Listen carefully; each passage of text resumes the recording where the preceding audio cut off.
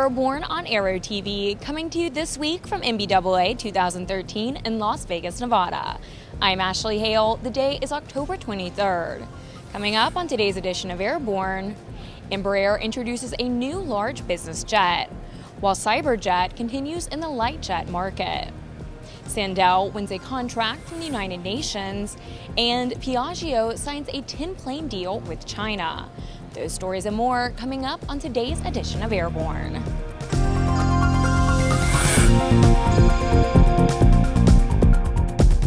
Embraer introduced the new Lineage 1000E Executive Jet at NBAA this week. The ultra-large 1000E will be Embraer's largest executive jet, with the capacity to carry up to 19 passengers and 5 cabin zones. It's equipped with an electronic fly-by-wire flight control system. The Lineage 1000E introduces an array of enhancements that deliver an extended range, enhanced interior features and functionalities, including latest generation in-flight entertainment, enhanced cockpit options, and a distinctive exterior design. The Lineage 1000E offers the optional auto land, which conducts approach, touchdown, and a 5-second rollout when the autopilot is engaged. The range of the Lineage 1000E with 8 passengers aboard was extended to 4,600 nautical miles, which also translates into higher payload capacity for the same range. Cyberjet is moving forward with the production of the SJ30 based on the Swearingen business jet design. Tom Patton reports.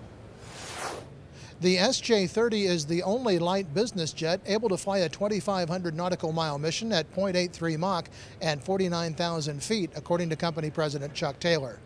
Taylor said that even though the airplane is based on an already certified airframe, there is still plenty of work to be done. Where are you now with the upgrades that you have? Is there more certification that needs to be done? Yeah, we're having to do an amended type certification for the new avionics, and we're probably about 70–75% of that through that process. We've got the design work done, and we're taking Aircraft 5, which was a previous test aircraft, and we're upgrading it to put in the new avionics, and we're looking at first flight in March of 14. The SJ30 is the only light business jet able to fly a 2,500 nautical mile mission at 0.83 Mach and 49,000 feet, according to company president Chuck Taylor. Taylor said that even though the airplane is based on an already certified airframe, there is still plenty of work to be done.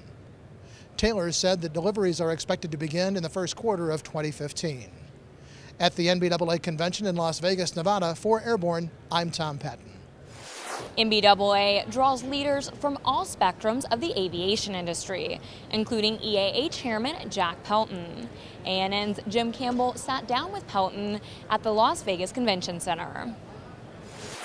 With the breadth of experience you've had both in running Cessna and now in running EAA and as an aviator throughout your entire life, you walk the floor at NBAA. What gives you a whiplash? What catches your attention and says, okay, this was cool this year? It's a lot of different areas. I mean, I think Dassault's new 5X is a really interesting product.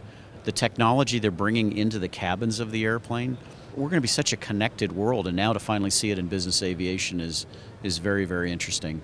And then, a lot of good work going into supporting the existing fleets, parts manufacturers, PMA, those things are very, very interesting. It's a bit overwhelming. I mean, this show, when, everything from people are selling pieces of leather to selling a Gulfstream G50 is, the full spectrum. But it all starts, everybody here started in general aviation. I mean, they started as non-professionals, either in recreational flying. So, again, I feel good that EA has to be a part of how do we continue to keep that going. When we come back, the UN turns to Sandel for terrain avoidance equipment. And if you touch the all-metal finished TBM, you'll have to polish it later. You're watching Airborne, more in a moment. Meet SAM, the new 2-inch standby attitude module from Mid-Continent Instruments and Avionics. SAM's unique 2-screen display features high-definition graphics and extra-wide viewing angles. Get to know SAM today. Visit flysam.com. Ultra Electronics Flightline Systems presents the Auracle, offering intelligent power management for single and twin piston engine aircraft, and soon to be available in fixed-wing turbine and rotorcraft versions. Visit www.ultra-oracle.com for more information. Welcome back to Airborne on Aero-TV, coming to you this week from NBAA 2013 in Las Vegas, Nevada. Piaggio Aero signed a deal at NBAA with CAEA Aviation Investment Company for 10 Avanti 2s. Jim Campbell has the details. Tell me what's transpired. We have a very good news to share with the aviation community because we are very proud of this deal that we closed with an important group. Parker Group is a leading company in the luxury brand management and that started also this activity in the aviation. It's selected after a long research analyzing all the capabilities for their operation. They selected the P-180 Avanti 2 aircraft for their future operations. And we are very proud of this because they understand the value of the aircraft. All the speed matters, the size matters, and the additional fuel tank capacity that increase again the performance of the P-180 Avanti 2 aircraft, providing a maximum range with 4 people on board of 1,700 nautical miles. The United Nations has tasked the Aviation Partners Group to install more than 30 Sandel heli-TOS units on aircraft flying for the international organization. Effective December 1st, all helicopters flying under the UN flag will be required to have terrain awareness and ground proximity warning systems installed. They include Russian Mi-8 helicopters. APG has exclusivity on the connector for the Sandel ST3400H heli-TOS for the type. Air First Aviation of Aiken, South Carolina has awarded a multi-year contract to Ultra Electronics Flightline Systems, the next generation Auracle digital engine display system to be integrated into various models of the Mitsubishi MU2 fleet.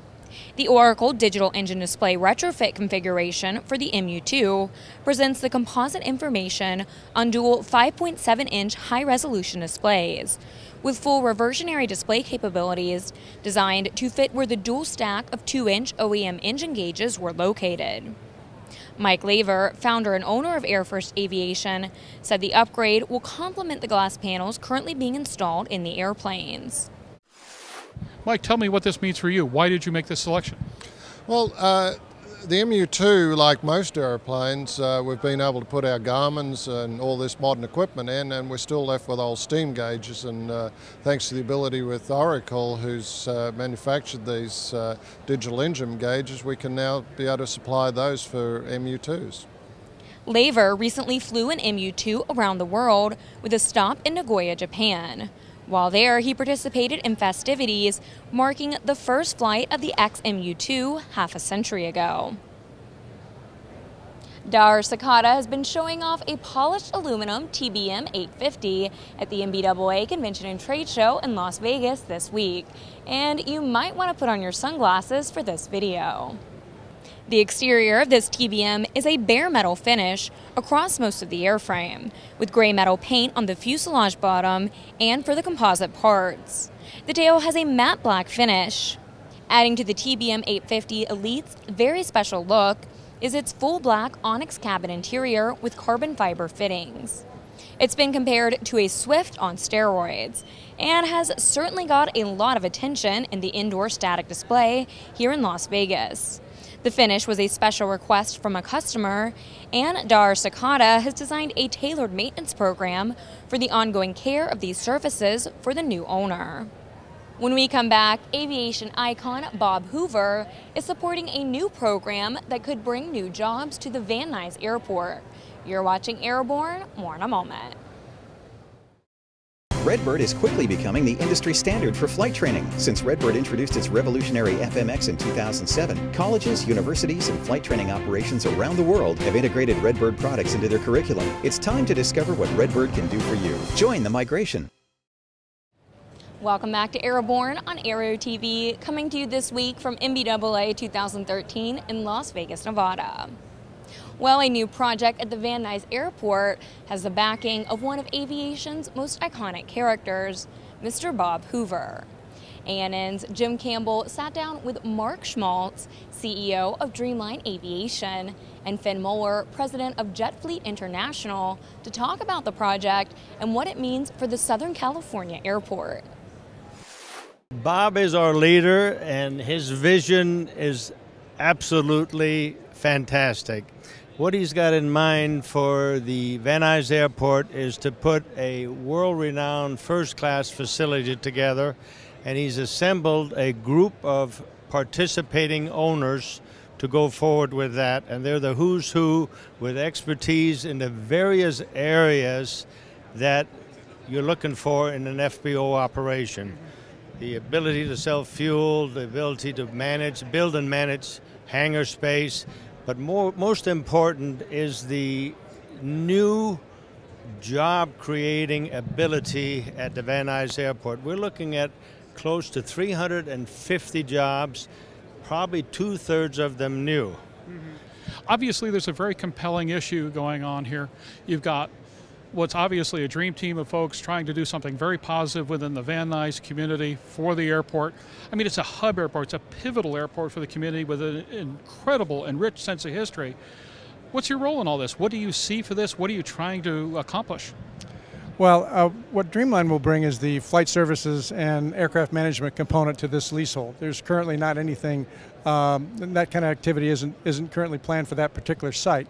But we would bring that and just be able to use that wonderful facility, which has a great location on the airport, for all our business activities. The entire interview will be available soon on Aero-TV. Well, that's going to do it for our coverage of NBAA 2013. Thanks for joining us. I'm Ashley Hale.